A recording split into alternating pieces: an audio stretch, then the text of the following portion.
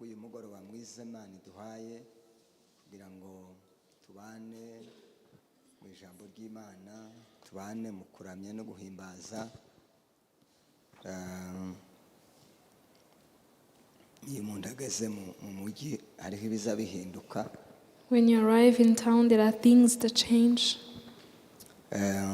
Ese hariya ko muravuga ngo ni umunsi w'iki? What are you calling it? Cell week. Rumva rero iyo byageze mu Cyongereza tibiba bicoroshe. Turashimira Imana rero ko tugiriwe amahirwe yo kubana namwe. We thank God for allowing us to be with you. Kandi dushimira cyane bivuye ku mutima abashumba. And we thank the pastors from our hearts Ku cyizere batugiriye for having trusted us bakadutumira kugira ngo tubane. and invited us to be with you. Iteka ryose muzatwakira natwe tuzabashimira. All the time that you will invite us, we will thank you. Imana ibaheze umugisha. May God bless you. Tudatinze With no further ado, kuko babivuze, as they mentioned, iyo haje teme yo kwigisha when there comes a theme to speak about, haba haje bitoroshe. it means there has come uneasy things. Igihe kimwe ndagira ngo abantu barabizi, I know some people know twigaga ku ishuri sometimes bakazana teme sije ngo tuyivugeho. they would bring a subject and we would have to speak about it in school. Nuko tugakora dissertation And then ukavuga we'll do the dissertation. ngo baje kunkosora, And when there are two correctors, umwigisha arambira ngo sinabimenye. the tutor told me that I didn't know about Ndamubwira it. ngo nabimenye. I said, I know. Hatereka ntiwabimenye. And he told me, no, you Ndamubwira gusa didn't ndi know. sinanditse uko washakaga ko nandika. But I told him I didn't write exactly what you wanted me Ariko to write. urebye neza nanjye noyiguha yo gutsinda utanditse uko nshaka ko wandika. But truly, if I give it to you the way I wanted you to give it to me, you would fail as well. Iyo teme yaje So when the team has hazabiye come, abantu bavuga ngo yije ahangaha. some people will take it to a certain Ubundi path. ngewe mu buzima But for me in life, mvuga ibyo mu mwuka. I speak the spiritual things. Ibindi byo kwigisha ngo The rest, ngo umusozi w'ubukene. the mountain of poverty. Ababize development There are bazabibigisha. those in development, they will teach you about it. N'abazi guhangahanga imirimo ngo And the twihangire people imirimo out there uzobareba. who are innovative, they will teach you more about it. Yewe For me, imisozi niyo mu mwuka. the mountains I'm going to speak about are Ibindi spiritual. byo The gutekereza rest, ngo inzu waiting for the house, ngo gutinda mu nzu yo gupanga delaying, uzoshakisha uburyo and uyivamo. renting. You should go and search for other people to preach about it. Bose ibyo ngibyo ndiyagira umuntu ubintegerezaho ngo You shouldn't wait for me nzabivuga. to talk about that. Dusome rero Let's read Gutegeka kwa kabiri igice cya mbere n'umurongo wa 6. Deuteronomy chapter 1 verse 6. Turaza kongera gusoma Gutegeka kwa kabiri ibice 2 n'umurongo wa 2 kugeza ku wa 3. We'll read again Deuteronomy chapter 2 verse 2 to 4. Tuze gusoreza ubutumwa bwiza bwa Yohana ibice 5 n'umurongo wa 5 n'uwa 6. So we'll read in John chapter 5 verse 5 to 6. Bibiri iravuze ngo Uwiteka Imana yacu yatubwiriye i Horebu iti igihe mumaze kuri uyu musozi kirahagije. The Lord our God spoke to us in Horeb, saying, "You have dwelt long enough at this mountain." Gutegeka kwa kabiri ibice 2 umurongo wa 2 n'uwa 3. Deuteronomy chapter 2. Uwiteka arambwira ati igihe mwazengurukiye uyu musozi kirahagije, nimucamike mugende mwerekeje ikasikazi. And the Lord spoke to me, saying, "You have skirted this mountain long enough. Turn northward." Yohana ubutumwa bwiza nk'uko bwanditswe na Yohana igice cya 5 umurongo wa 5 n'uwa 6. Good news of John chapter 5 verse 5 to 6. Haravuga ngo hariho umuntu wari ufite indwara ayimaranye imyaka 38. Umurongo wa 6. Yesu amubonye aryamye amenya yuko amaze igihe kirekire arwaye. Aramubaza ati mbese urashaka gukira? Now a certain man was there who had an infirmity 80 years. When Jesus saw him lying there and knew that he already had been in that condition a long time, he said to him, "Do you want to be made well?" mushumba yabivuze. Well, Pastor mentioned it. Tuzabana iyi minsi itari mike. We'll be together for these not few days. Kandi tuzaba turimo turaganira iri jambo. And we'll be talking about this word. Reka mbere kuri iri rya nyuma tuvuze. Let me start from the last one we mentioned. Hari ibyo tutamenya ariko Imana ikabimenya. There are things we don't know about, but God knows. Tutanarinze no kubivuga yikabimenya. Before we even speak out, but God already knows. Uyu mwana wacu hari ijambo yaravuze. Our daughter said something. Atubaza ngo ese tuzi impamvu. When she was asking about if we know the reason we follow Jesus. Dukurikira Yesu. I'm going to talk about that. And do we know the reason why we follow Jesus? And she said some follow Jesus because of bread. And she said, but for us, that's not the reason why we follow Jesus. So we have to look at that first. We cannot disagree that people did not follow Jesus because of bread.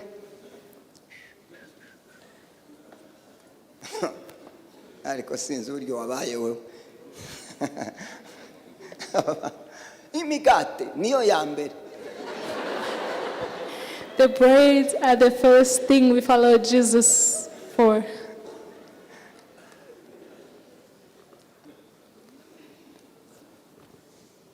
You see, we gather here on Tuesday. If someone says on Tuesday and Thursday, everyone who will be attending the service, everyone will be going home with 10,000. Everyone who comes in the service will be going home with, the church will be full. They will start to calculate that for 2 days you will be 20,000. There are some people who would even pray for days to be added, so that if they make the whole days, they will go back with money, 50,000. Money is food.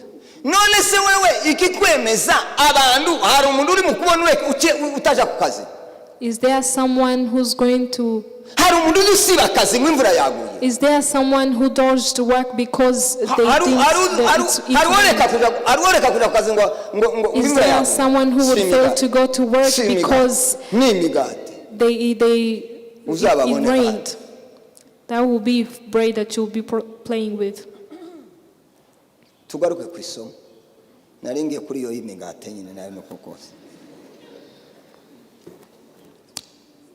Imana, God, after God saved Israelite, one day he gave them news.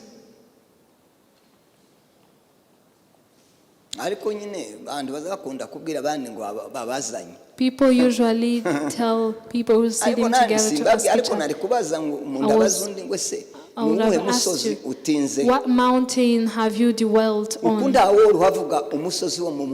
You won't hear anybody speaking of a spiritual mountain. No. Few will say that. People will skip on the problems they have. But the spiritual problem,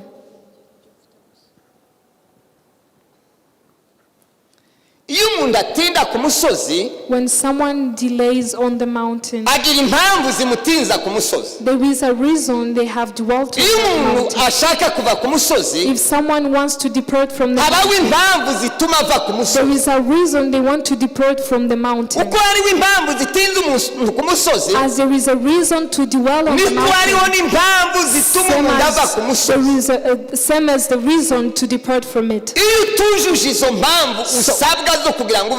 When you don't fulfill the reasons of you being on the mountain, you cannot quit it early enough. umuntu ngo yarwaye agira imyaka 38. Someone was sick for 38 years. Ngo buce Yesu araza. One day Jesus approached him ngo amusangaho and found him there kandi amenya ngo ko hatinze and knew that he had dwelt there. Awutinze mu mwuka ntituwaza ariko Imana irahaza. We don't know where you have dwelt spiritually, but Mushumba yabivuze turashobora gutera za haleluya. God say pastor said that you can abantu bose bakavuga ngo amen. And many people will say amen. Twavuga ngo tuzamura amaboko. When we say to lift up our hands, hari ibintu byinshi tudashobora kumenya. There are so many things we cannot see. Imana ishimwe yuko isimenya umuntu uko atinze. For knowing that some people have dwelt wabihisha umuryango ukabisha n'abashumba. You can make it bitter for the family or ariko awutinze Imana irahaza. You can hide it from the pastors and the family, but God knows. Do you know that dwelling somewhere long enough can become a sickness to you? One day I had a goat. I had goats and they will go and destroy other people's. So one day they ate medicine. So I went and cultivated a tree.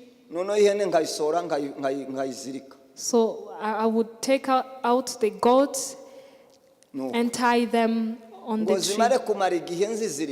After spending so many days tying them on the tree, so whenever I would open, next time I open, a goat will walk by itself and stand on the tree. And it would lay down there. Already, the mind has already told it that it's tight. These are the things I observed. The goat will sleep there and spend there an hour. In its mind, it knows that it's tired. When 1 hour is over, it will get up and go. This sick person had spent 38 years. The brain got tired until when he understood that he couldn't get healed. Someone will delay somewhere and it becomes a sickness to them. And when it becomes a sickness, for this person to depart from the mountain, it requires a rescue of another person. It requires a rescue from someone else who will take you out of that place.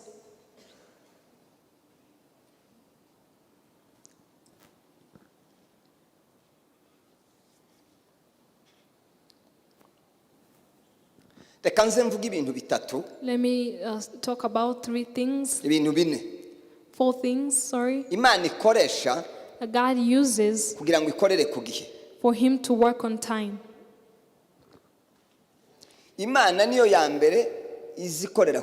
God is the first one to work on time. Me, even the Christian who don't work on time, I don't work with them. I won't call them pagans.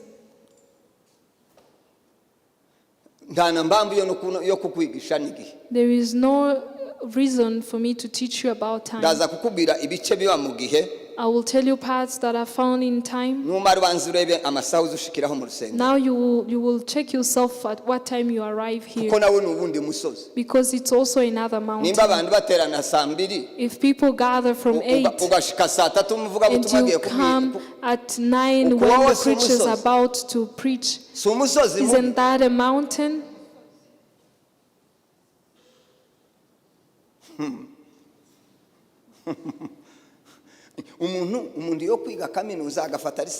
How can you have a degree and PhD, masters, before you even understand that there is an hour for prayer?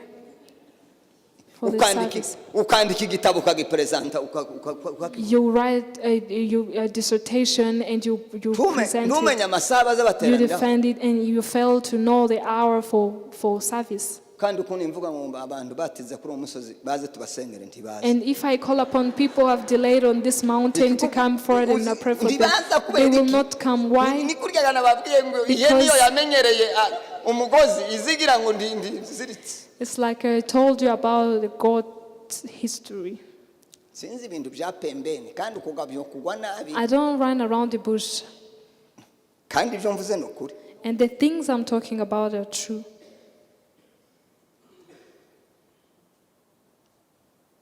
Ngo yatinze ku musozi wo kudasubizwa wawutendiye wiki wasenze. You mentioned that you have delayed on the mountain of receiving. So do you think things will come and find you in your bed? Only troubles and tribulations will find you in your bed. The worldly things we can be able to seek for them. So worldly things we can work day and night. So the worldly things we can think aloud. But the things of God, they have to present themselves before you.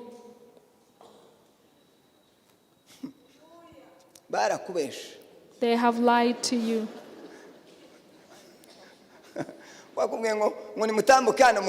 They tell you to come here and receive.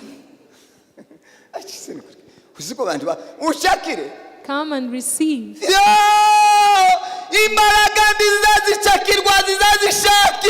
Power are not such.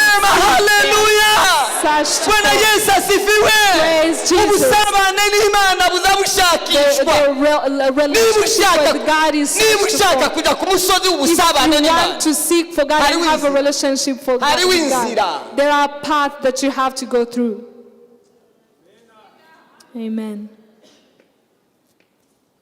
You say, well, that person was a good Christian. That person would come late. This person was a good Christian. They used not to attend the service. He was a good Christian, but he was not in ushers. What did you learn? A good Christian. A lazy person is a good Christian.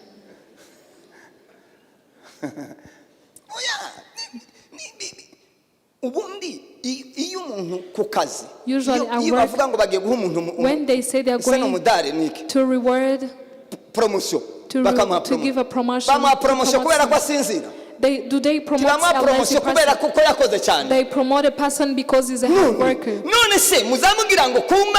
So do you think to God you will be promoted if you have not served him? Sema amen. Amen. Sema hallelujah. Hallelujah. Bwana Yesu asifiwe. Praise Jesus. Sema tena amen. Say hallelujah. Why do you skid around that place?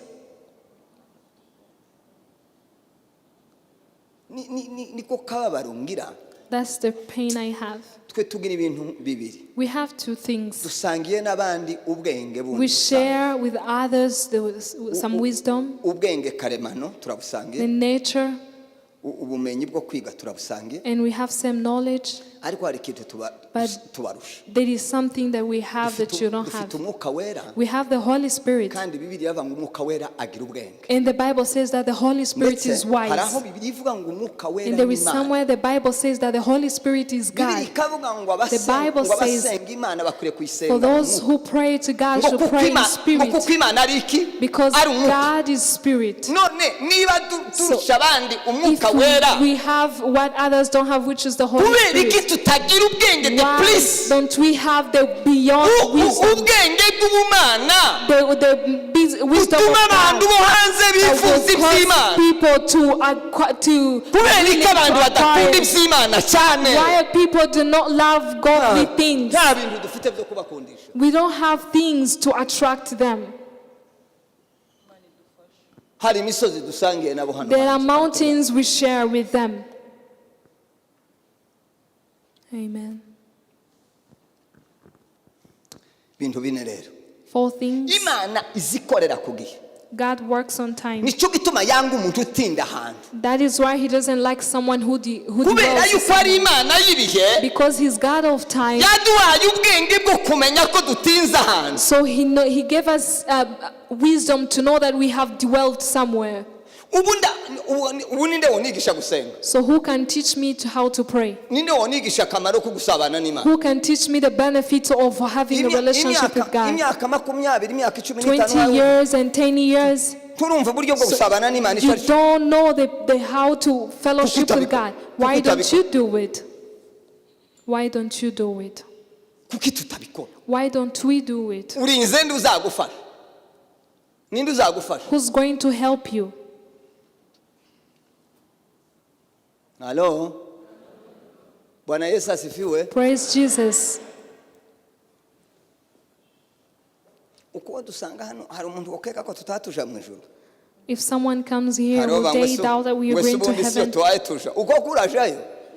so some of you will say yes, that's where we are heading. Truly, that's where you're going. urangira ngo kujayo se nukuza guterana hano mu rusengero. You think going to heaven is coming here in the church? Icyambere The first thing, cy'Imana izikoresha. what God uses.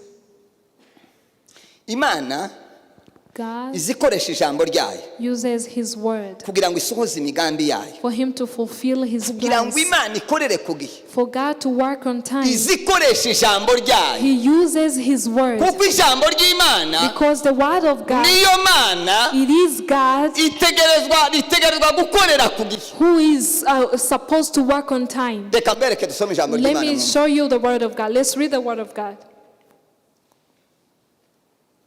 Ijambo ry'Imana ni igitangaza. The word of God is amazing. Yesaya 55. Isaiah umuntu umwe yodufasha agasoma abaye ahari. Jomfasha. Isaiah 55, 55 n'umurongo wa 10 na 11. verse 10 to 11. Imana kugira ngo isohoze imigambi yayo ikorere ku gihe, For God to fulfill His purpose, His word, ikoresha ijambo ryayo. He uses His word. Wahabonye? Ngaho soma. Ngiyo mikrofone. nk'uko imvura na shelegi bimanuka bivuye mu ijuru, Yego. ntibisubireyo Tisubireyo. ahubwo bigatosa ubutaka, bukameza imbuto, bugatoshya n'ingundu, Yego. bugaha umubibyi imbuto, n'ushaka kurya bukamuha umutsima. Aho ni kuri kangahe? 10. 10. Soma na 11 tuhaje. 11. Niko ijambo ryanjye riva mu kanwa kanjye. Niko ijambo ryanje riva mu kanwa kanje. So shall my word be that goes forth from my mouth. Rizamera ndirizagaruka ubusa, ahubwo rizasohoza ibyo nshaka, rizashobora gukora icyo naritumye. Amen. Nuko mwumvishe ko yasomye? Didn't you hear what he said? Some nk'umujournalist abanyamakuru baza basomera kuryo baza basoma. Ubundi Bibiliya yavuze ngo The Bible has said, imvura ya shelegi ngo izigo, as the rain comes down, ngo igatosa ubutaka, and ngo niko ijambo ryanje rimeze. that's how my word is. Nukuvuga ngo As the word comes, icyo ryaje gukora what the word of God ngo has come to do, ntirizasubirayo ritagisohoje. it won't turn without accomplishing what ijambo ry'Imana the word of God. riza rikorera ku gihe. It works on time. Niyo Imana ikubuzeho ijambo, Even when God says something, kubera yuko Imana ariyo nyiribihe, because He's the God of ndaza seasons, kwagaruka. I will come back on it. Yonyine rikorera ku gihe. Only that will work on time. Ijambo riza rikorera ku gihe. The word works on time. Ijambo ntiriza rikorera ku The work marangamutima. itself does not work on Rikorera emotions. ku gihe. It works on time. Nicyo kintu Imana izikoresha. That's the only thing God uses. Nzasubiraga ku byo dushaka kuvugaho. ariko narimvuze ikima Imana ikorera ku gihe God works on time kandi zikoresha ijambo ryayo. and he uses his word. Abantu People, hari ibyo bavuga ntibabishitse, there are things they speak and they don't fulfill. bakanabivuga ntibabishitse ku gihe, They speak of them but they don't fulfill ariko them on time. Imana But God, nicyo gituma itazikoresha abantu that is why he does not use kugira ngo them. yuzuze icyo For yavuze, him to fulfill what he isubira ku has said, ijambo ryayo. goes back to his word. Ese birumvikanye? Is it clear? Reka nsome ikindi cyanditswe kimwe. Let me read another scripture. Yeremiya igice cya mbere n'umurongo wa 11. Jeremiah chapter 1 verse 11. Yeremiya igice cya mbere umurongo wa 11. Jeremiah chapter 1 verse 11 bira ku 12. to verse 12. ijambo ry'Uwiteka rinzaho riti, Yego. Yeremiya we, Ye. uruzi iki? Ehe. Maze ndavuga nti, nduzi inkoni y'umurinzi. Ehe. Komeze. Komeza.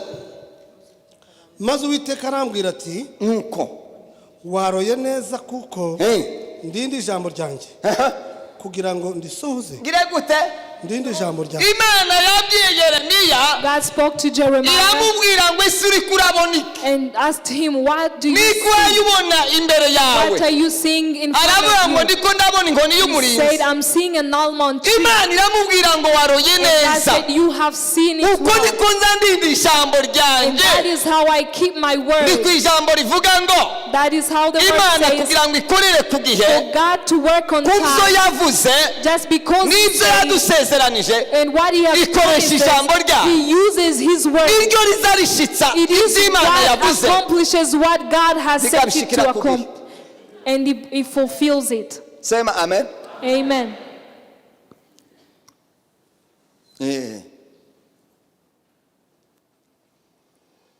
Naje kubitahura nyuma, I came to understand it nibaza ku bintu later, byinshi nasengeye Imana. wondering of the things I've Kabwira Imana prayed ngo to kubera God. iki kuko And I udakora would iki? ask God, why are you not doing Kubera iki this? ndasingira iki Why ngiki? am I not receiving Nza this? kumenya ko Imana And I came to understand that izisohoresha icyo yavuze. God accomplishes what He Icyo Imana has yavuze mu ijambo what ryayo. He has spoke out as in His word.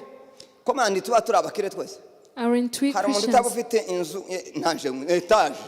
Hari utayikeneye. Isn't there Hari someone umuntu who udakeneye needs etaje. a tower? We Everyone needs abazifite it. mwebwe mureke Imana For you have yarabirutse. them. God has already Mwebwe blessed you. ijambo ryarashitse ni mucece. Your word has been Niko ndibwira fulfilled. I'm abatazifite nyine. speaking to those who don't have them. Kandi uyizi Imana. Cya kabiri. Second, Cyo nicyo cya mbere. Cya kabiri. that was the first. And the Umwuka second wayo. is this. Umwuka w'Imana The Spirit of God, ari wo mwuka wera. who is the Holy Spirit, Niwe muyobozi w'ikirenga. He is a great Uje commander uyobora ibikorwa byose by'ijambo who ry'Imana. commands all the works of the word of Bisubiremo. God. Let me repeat it again. Umwuka wera The Holy Spirit, niba ari muri wewe. if He is in Sema you, haleluya. hallelujah, Sema amina. Amen. Ni umuyobozi He w'ikirenga. is a great Uje commander uyobora neza who commands ibyo Imana yavuze. well all the things that Uje God uyobora has ijambo said. He ry'Imana. is the one who leads Kugira the ngo word of God ridukure aho dutinze. for it to take us out of where we have dwelt. Sema amen. Hallelujah. Reka mbasubiremo kukoga. Let me repeat it again. Bibiliya avuga ngo muyoborwe n'umwuka. The word of God says, be led by Ngo the niyo Holy Spirit. muzabasha gutsinda kamere. And that is where you'll be able to overcome the Tibikunda nature. ntiwopfa kuva ku musozi. You cannot be able Tiwopfa kuva ku musozi wo to kutanezerwa. depart from the mountain Hatariho of imbaraga sorrow z'umwuka. if there is no power Ziyobora of the ijambo Holy Spirit, ry'Imana, which is going to lead kugira to ngo you the rigukure word aho of ngaho God utinze. that is going to take you out of that place. No. Amen. Umuyobozi w'ikirenga. A chief commander. Umwuka wayoboye inkware zikava mu ishamba The spirit zikagwa that mu kambi led the y'Abanyisraeli birds bakarya. to come on the land of Israelite and they ate. Umwuka. The spirit.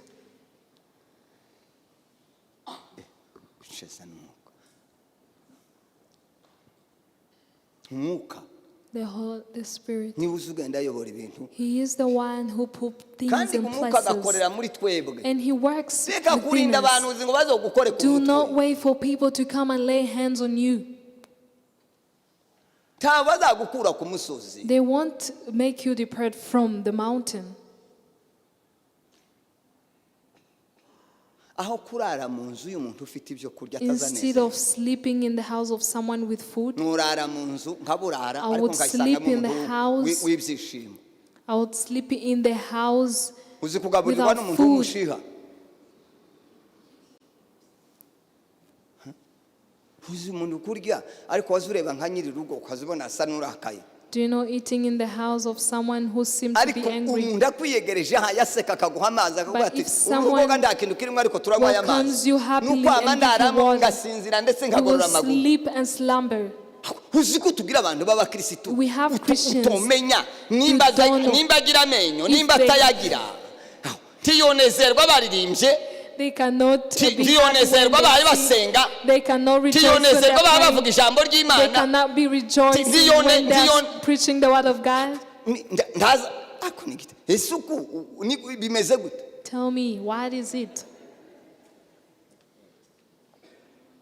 uwo wamubwira ngo zamura ukuboko kabiri nuko amamvuga ati You told this person, if you tell this person nguriya to lift mupasiteri ngo his tuzamuza hands amaboko kabiri twice. itenge His nk'igisazo mu mutima pastor who's telling us to lift our hands up ngo kabiri twice. ahubwo tugiye kuyazamura buriya umwuka utuzuye umwuka umutima utuzuye umwuka uzugaye ibintu A byose heart that is not full of the Holy Spirit always despises uko mbabwiye things. ngo nimupfukame twese dupfukame If I tell you all to kneel abanyantege ngo down, kwibaza ngo ngira agasuzuma the weak will say that I Ngo simbaye menya ngo abo am a mbaye boastful person. I don't know the people I'm talking to. hano si abantu bahari hari inyamaswa And then zira people here, they are animals. mwitorero ga n'abantu baririmo In the church, there are nta people. kindi kirimo ngo There simbaye is nothing else. ngo buriya ngo ntahaye amenya bahabwira All none the se people. ko si abantu And you bahabwira say, doesn't he know that the people he's twese speaking si to? umwuka duhumeka And then we all ari breathing the same breath. uhumeka ibiti si umwuka Is there someone breathing the twese trees? si We all umwuka have this. utugize Aren't we breathing? all sema of us? amen Hallelujah. sema haleluya Hallelujah. umwuka wera The Holy Spirit, ni umuyobozi w'ikirenga He is a chief commander. uzuyobora icyo Imana yavuze He leads the things of bikaduhesha what kuva God ku has said. musozi twatinzeho And they come to help us depart from the mountain we si devout amashure into. It's not about si no kwiyiriza in cyane school and ni preaching ukurinda alone. umwuka akayobora ijambo ry'Imana Waiting for the Holy kubera Spirit to yuko bring hari the word byinshi forth. umva hari byinshi tuba dukenera Because bitajyanye n'umwuka wera there are so many things that can lead us, but they don't have the Holy Spirit. dusaba ku nyungu zacu gusa That will come for our own benefit.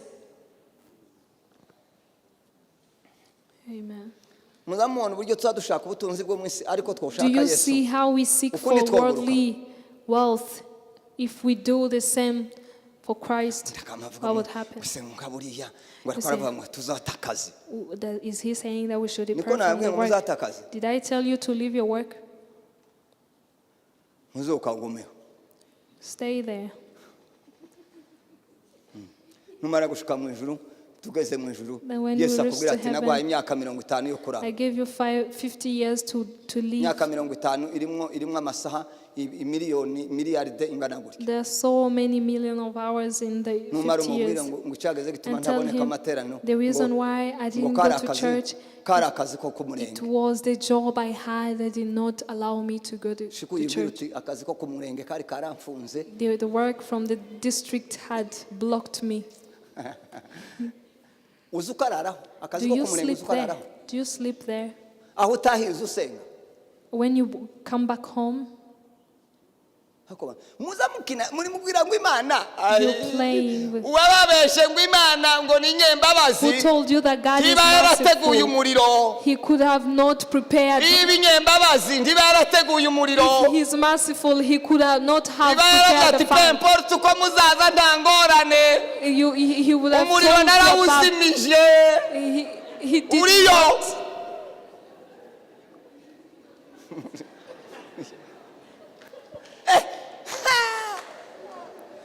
Amen. ese harumvikanye Is it uriyo umuriro is uriyo fire, there is hell.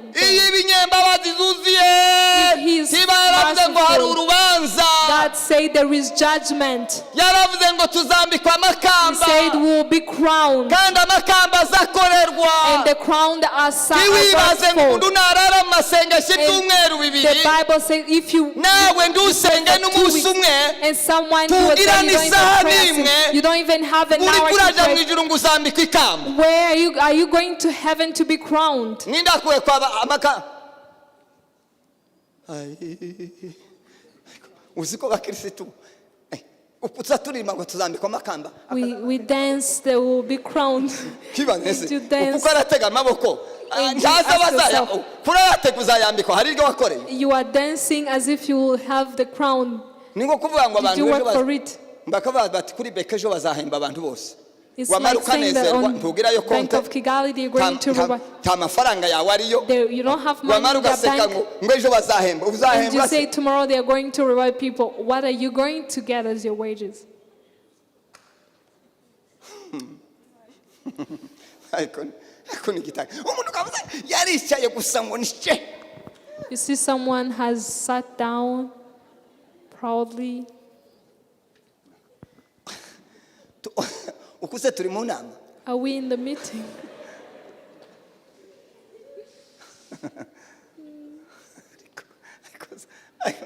ariko naseka ahubwo hano ndiko ndabona hariho abantu k'abantu banduse nubashe ariko nk'abandi bose mwebwe muri ba peti All of you.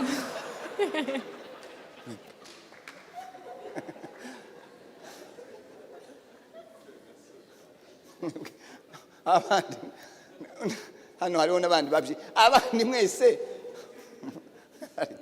ariko ni gitangaza ukamusanga umuntu yamye You be sitting. uri padiri Who are you?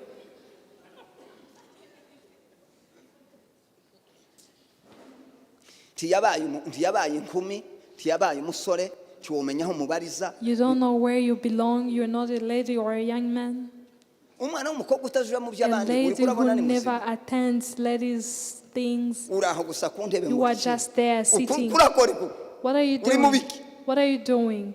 urugo rw'uzarwubaka urushobore How will you be able to manage your marriage? nyamara urananirwa gukora mu rusengero uzamubona imirimo yo mu rugo You fail to serve in the church. How will you be able to work for your marriage? kuko hariho umukobwa imyaka yose ntarakoropa hano kandi There are urahari some ladies Urahari? here who haven't mopped in this church.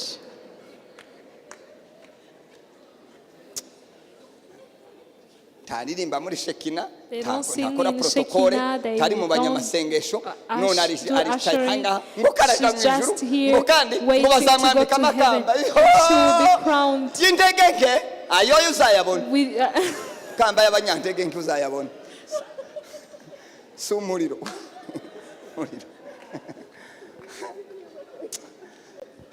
mwuka wera we sema amen Amen. sema haleluya Hallelujah. mwuka wera ni uzudukuraho The Holy Spirit is the one who takes us umwuka wera out ni of the place we uzudukura mu have ndege dwelt. nkeya He takes us umwuka out of wera ni laziness. uzutwuzuza ibyishimo n'umunezero He's the one who brings iyo joy. wabatamba ntuzi umenya igihe watambye When he's bavuga ngo visiting- dutege he amaboko visits you, uzuba uwa mbere You lift your hands kubera when no iki one kubera commands. iki Why?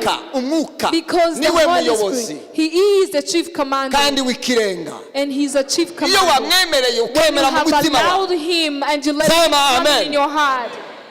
Amen.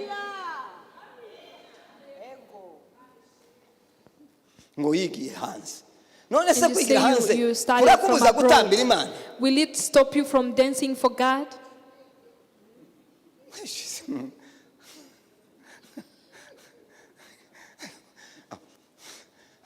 natwe twigiye mu gihugu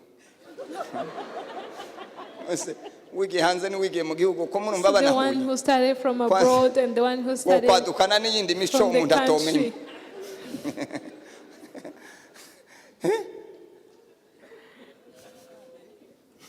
twoha imana icyubahiro wa Let's give glory Kandi to kubushake. God.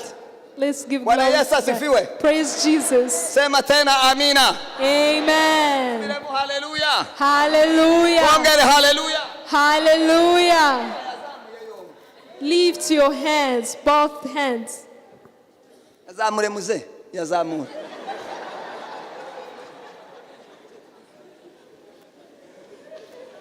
Uwo musozi nawe umuve umwuka agira Imana. Depart from that mountain. Hallelujah. Well. Hallelujah. Sindavuga ngo uyamanure muze. I haven't said for you to put down your hands. Abantu bazama Bibiliya bango Mose yo yazamuraga amaboko. The Bible says when Moses would Hari lift up imbaraga his hands, Imana n'ukuri ko bimeze.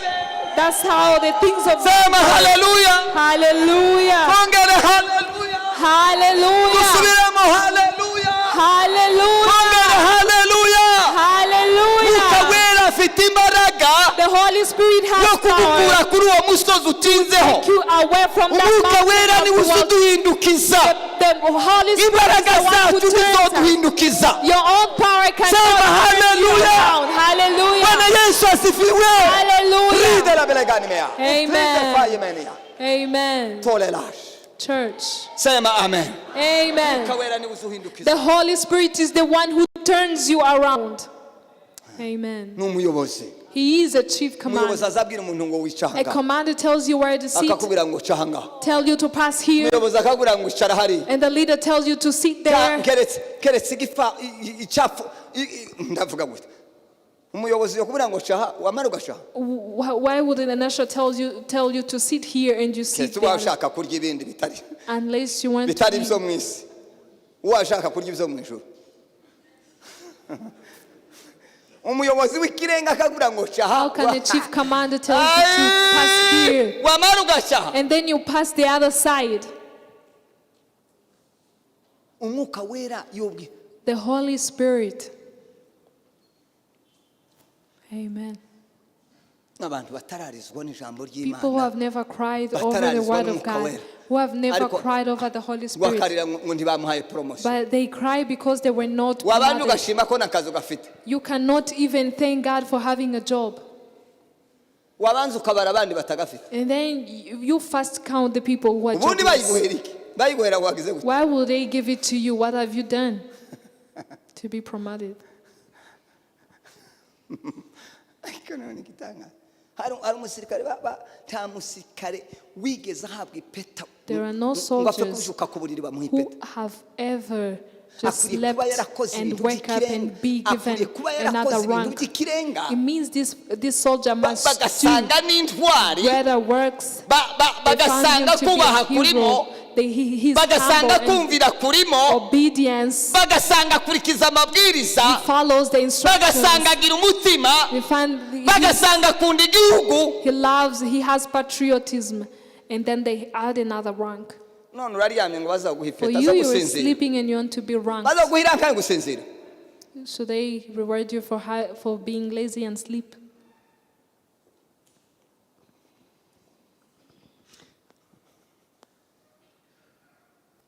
Reka tugane ku musozo ariko dusomere ijambo.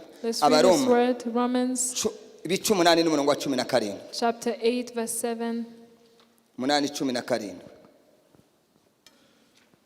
8 to 17. 8:17 isoma. 8:17. Yeah. Kandi ubwo turi abana bayo turi n'abaragwa 8:17. na karindwi 17 8:17 Abaroma. Kandi ubwo turi abana bayo turi n'abaragwa ndetse turi n'abaragwa b'Imana turi abaraganwa na Kristo niba tubabarana nawe ngo duhanwe ubwiza nawe. Soma Abakolosayi tuwafatanye. Colossians. Abakolosayi igice cya 5 umurongo wa 10. Colossians chapter 4. Igice cya 4. Colossians chapter 4. Yibaza umurongo wa 16. Ko nanditse nabi ariko.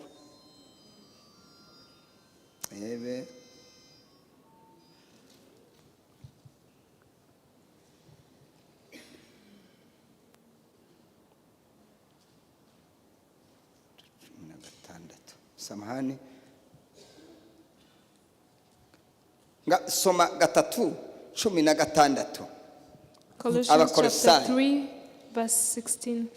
ijambo rya Kristo ribe muri mwe rigwiriye rifite ubwenge bwose mwigishanye muhugurane muri zaburi n'indirimbo n'ibihimbano by'umwuka. Nuko ijambo rya Kristo The word of God rigwire muri mwe dwell in you. iyo rigwiriye rigwiza n'ubwenge. When it dwells in you richly, it also does wisdom. Kandi mwibuke yuko And remember that Imana niwo mwuka, God is the Spirit, umwuka niwe Mana. and the Spirit is God. Kandi iyo tuvuze ngo ijambo ry'Imana And when we talk about the word of God, tuba tuvuze Imana. we are talking about God. Iyo tuvuze n'Imana When we talk about tuba God, tuvuze n'umwuka wera. we are talking about the Nta Spirit muntu of God. wotandukanya mudaheranwa n'umwuka wanjye. There is no one who can differentiate me from my spirit. Umwuka niwe mudaheranwa.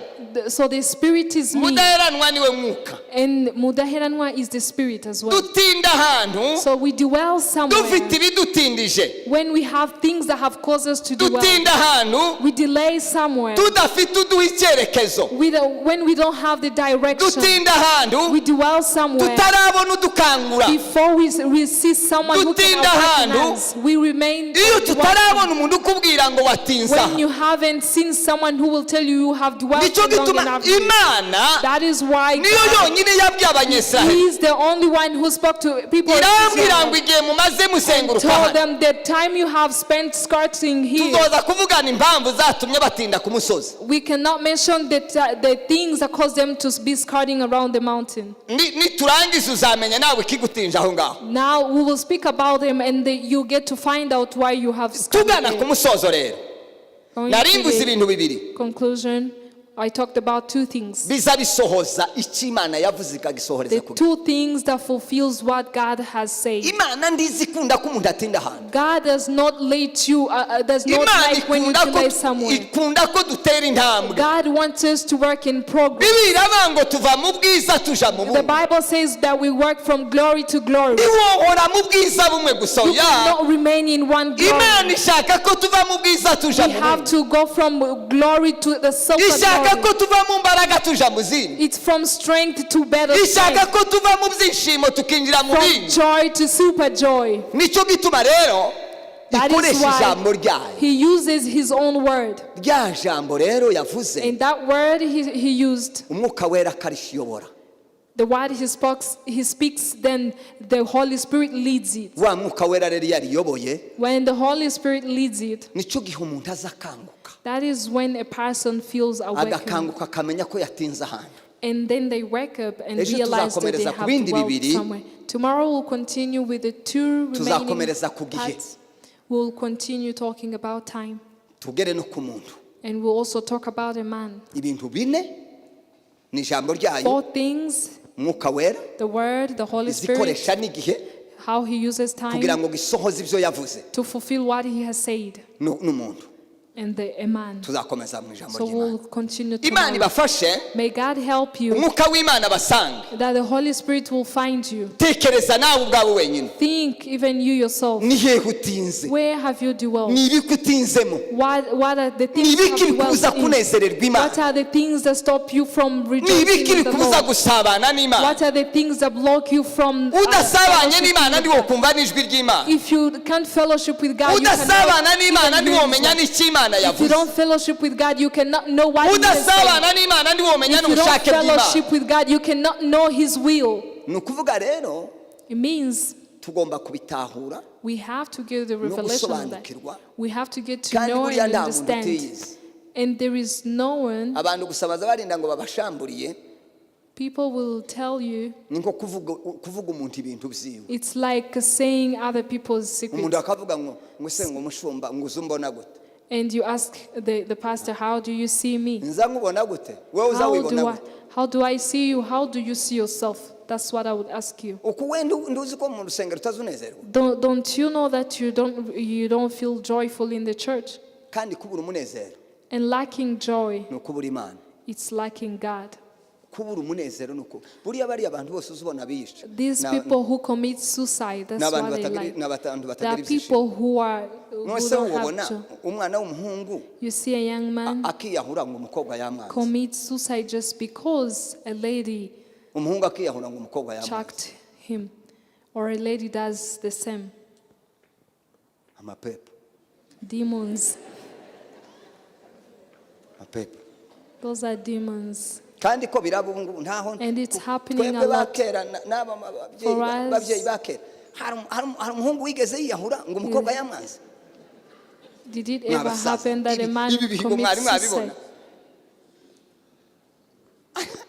Dufite ibibazo turacafite akazi. We have so much work to do. Kuriyahura ngo umuhungu yakwanze ni Commit musaza a wawe. suicide because someone Ni mwene so chucked wanyu. you. Is he your brother? Mwariganye, Or your mwarakuranye. uncle? You grew up together. Wamuretse Imana Why ugize don't Imana you- imugukuyeho nubundi yokugiriye nabi. Maybe this person that God has taken away was going to go Woganana back n'umuntu to you. imyaka 3 imyaka 4 bwaca Because agahinduka how ukagira can ngo you ni muzima. spend 3 years with someone and this Aho person washima Imana turns, uti data instead ndagushimiye. of thanking Uri Imana God, izibona mu mutima. thank you for looking into our hearts. Sinzi icyo yonkoze I nuko don't nagende know neza. what he could have done. So let him Uragira go. ngo ugiye kwiyahura. You're crying and you want to commit Ubukene suicide. bw'umwuka wera gusa nda muntu only wuzuye need the umwuka wera Holy wo kwiyahura ngo umukobwa yamwanze. There is no person who's filled with the Holy Spirit who can commit suicide. Ngo bakuvuze nabi ngo uvuye mu rusengero. That None ugiye. they backbited you and you're quitting the church. Where are you Uzoja. going? Where Kuvuye will mu you go? rusengero hano If you're uzoja hanze. departing from the church, where are you going? Tugiye gusenga. Bwira Imana ngo Mana. We're going to pray and tell God. Let me not tell you what to tell God. You are mature Ufite amenyo enough. 32. You have. Warize. You are educated. You are wise. Urayoboye. Nkuyobare no mu isengesho ngo senga gutya. I shouldn't lead you in prayer as well. Reka dusenge. Let's pray. Nimbubwira Imana ngo igukomereza aho ngaho nyine. If you tell God to let you stay where you Ntawo are, hagukura n'ukuri. no one can take you out of that place. Abashumba ntibo. Pastors cannot. Kurya bari mu kubwira abantu ngo nibahanga imirimo. The way they are telling people to create jobs. Ngo ndiyo hanga imirimo undi akagenda. And some people get tired and abakobwa batwara za moto. don't you see young ladies wabicaye mu nzu kubera ubwoba ngo ndiyo twara moto. Warebe kwanya hari uko yabaye. Mahaguruke mbe nkusenga gato. Stand up and we pray a bit. Nimba bitabavunye senga isengesho ritoya ryo gukomeza ejo. Let's pray.